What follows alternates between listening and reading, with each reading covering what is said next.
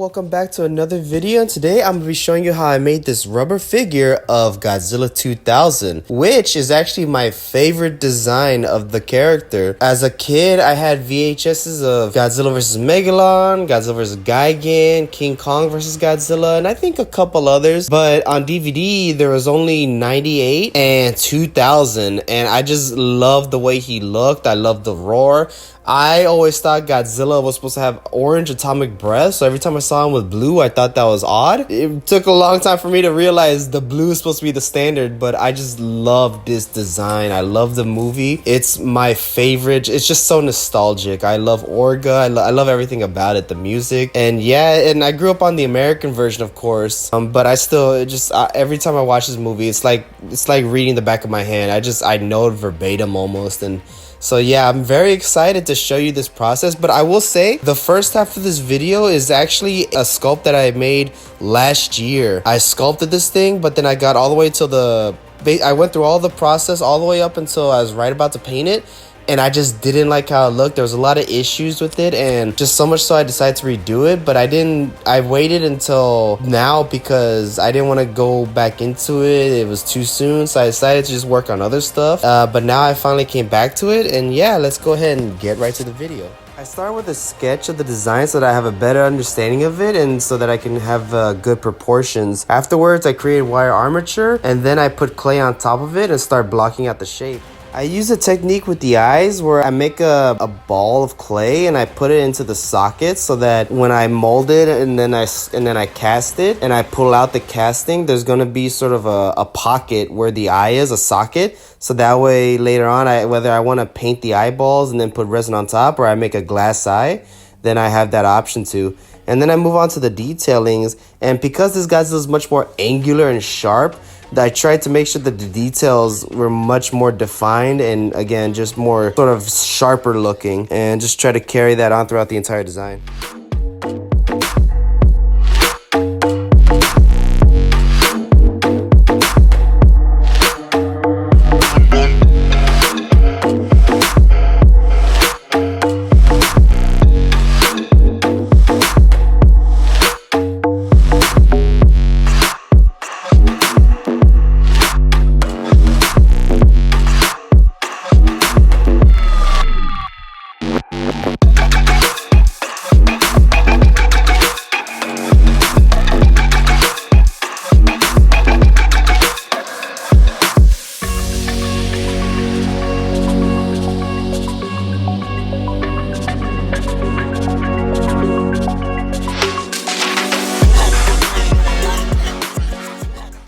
And now I make the small dorsal plates for his tail, as well as the small spikes that go up his back, head, and he even has some on his thighs, shoulders, and chest, which makes him stand out from all the others.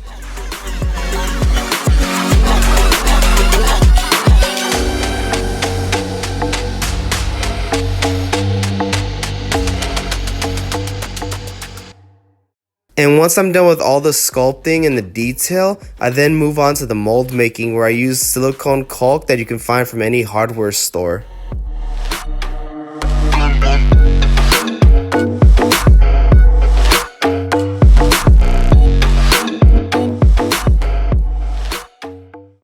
I then make a mother mold using plaster, and I use burlap to strengthen it.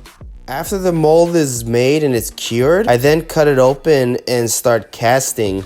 And I use the Polytech polyurethane rubber, and I first do a brush on cast, and then afterwards, when there's a even layer of rubber throughout the entire mold, I then pour rubber into the mold, and I do a slush mold where I just throw the mold around and get the rubber evenly distributed and making a even stronger casting.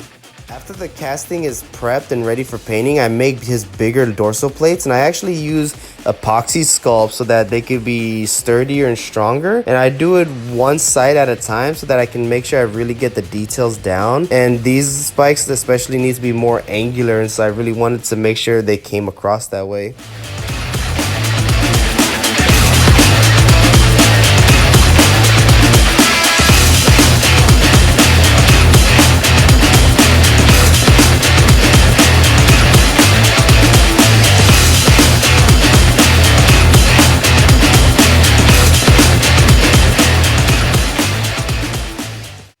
This Godzilla is known to be green, so for the painting process, I wanted to do dry brushings of blacks, grays, and greens so that he can have that green coloration, but it's not too overpowering.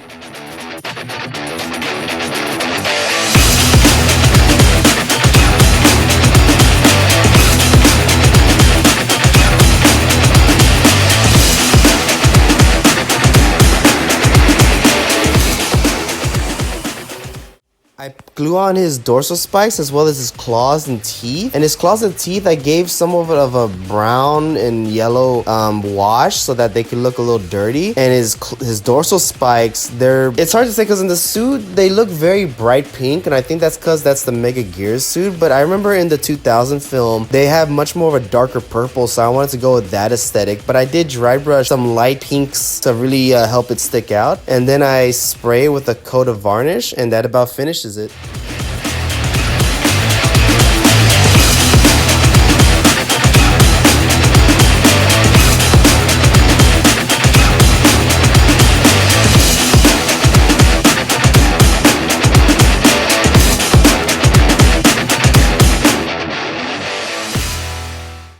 And that about wraps up the video. I really hope y'all enjoyed. I'm actually very proud of how this guy turned out. Now, yes, there are some issues here and there, but for the most part, I'm very happy with it. And I really tried leaning into the accuracy and making sure I got it right.